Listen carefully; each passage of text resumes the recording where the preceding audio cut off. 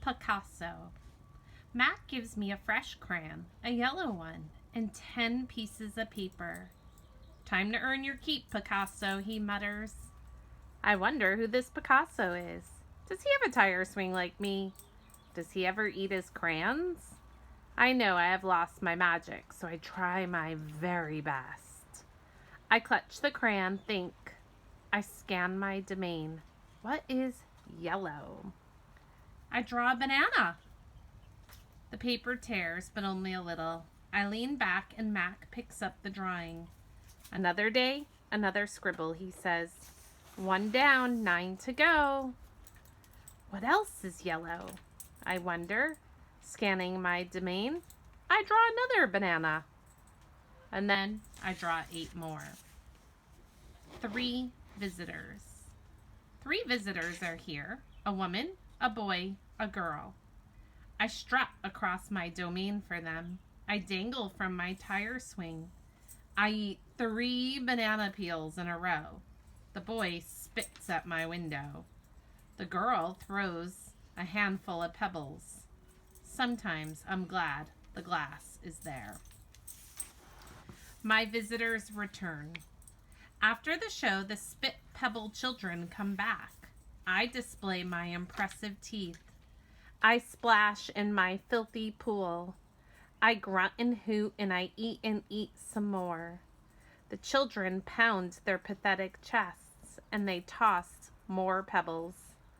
Slimy chimps, I mutter, and I throw a meatball at them. Sometimes I wish the glass was not there. Sorry. Sorry I called those children slimy chips. My mother would be ashamed of me. Julia. Like the spit pebble children, Julia is a child, but that, after all, is not her fault. While her father, George, cleans the mall each night, Julia sits by my domain.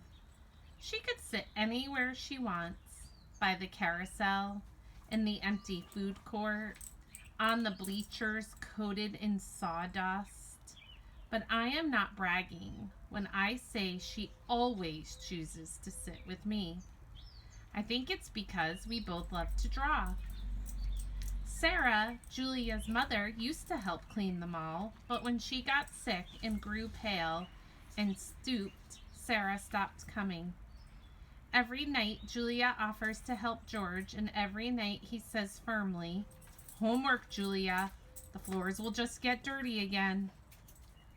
Homework, I've discovered, involves a sharp pencil.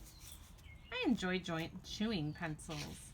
I am sure I would excel at homework.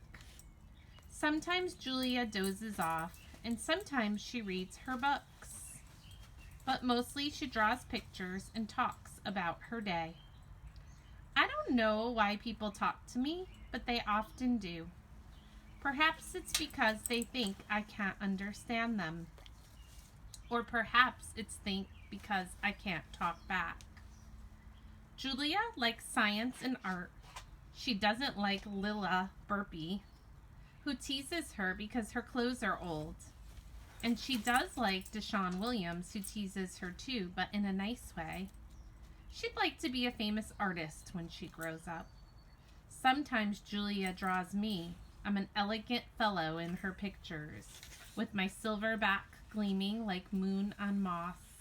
I never look angry, the way I do on the fading billboard by the highway. I always look a bit sad, though. Drawing Bob. I love Julia's pictures of Bob. She draws him flying across the page. A blur of feet and fur.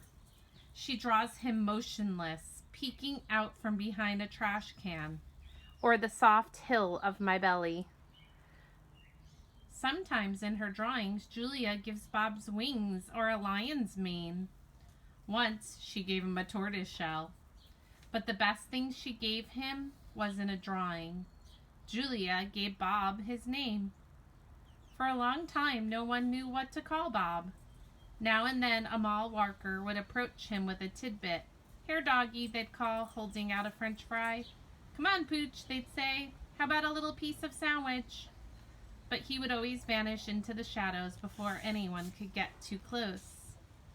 One afternoon, Julia decided to draw the little dog curled up in the corner of my domain. First, she watched him for a long time, chewing on her thumbnail. I could tell she was looking at him the way an artist looks at the world when she's trying to understand it. Finally, she grabbed her pencil and set to work. When she was finished, she held up her page. There he was, the tiny, big-eared dog.